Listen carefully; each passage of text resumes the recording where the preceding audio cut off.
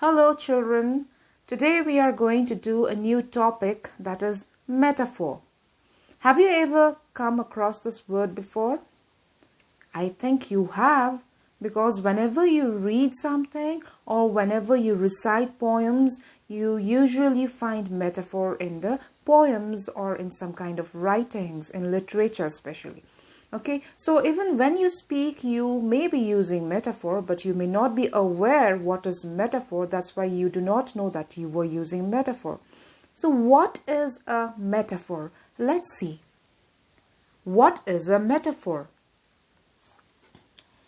It is a way of comparing two things. So metaphor is a way of comparing two things. There are several ways of comparing things, right? But metaphor is one of the ways, okay? And it is very interesting and it is very creative. So metaphor is an interesting and creative way of comparing two things that have some kind of similarity. Okay, so metaphor is interesting, metaphor is creative. Why interesting? Because normally or usually when we compare two things, we use the words like and as. Okay, but in metaphor, we do not use the words like or as. We make comparison without using like or as. So isn't it interesting? Okay, now why is it creative? It is creative because the writers and the poets use metaphor. Okay, so it is a figure of speech that is used by the poets and the writers to make their writings interesting, to grab the attention of the readers.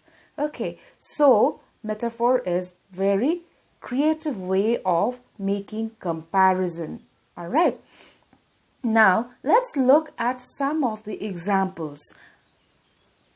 Example number 1. Rapunzel's hair was a flowing golden river. Can Rapunzel's hair become a river? No, but there is a similarity between the river and Rapunzel's hair. They are very long. The river as well as the hair is very long. That is why Rapunzel's hair is compared with the golden river. But we are not using the words like or as. So this is a metaphor. Let's look at the other example. The calm lake was a mirror.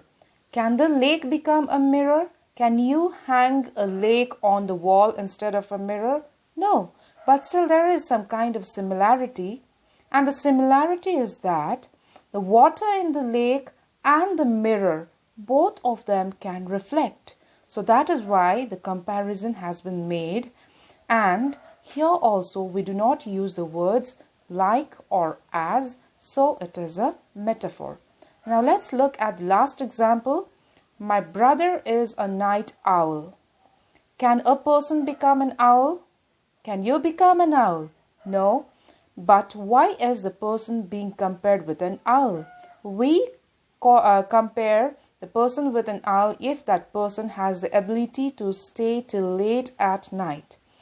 So here the brother has the ability to stay till late at night just like an owl, because an owl is a nocturnal animal or nocturnal bird.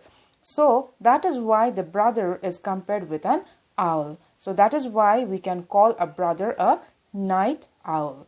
Alright, so here also the comparison is made between the brother and night owl, but we do not use the words like or as.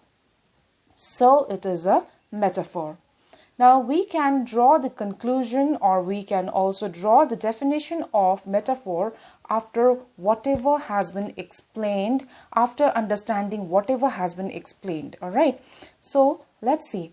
A metaphor is a figure of speech which compares two things without using words like or as. So this is the conclusion, or this is the definition of metaphor.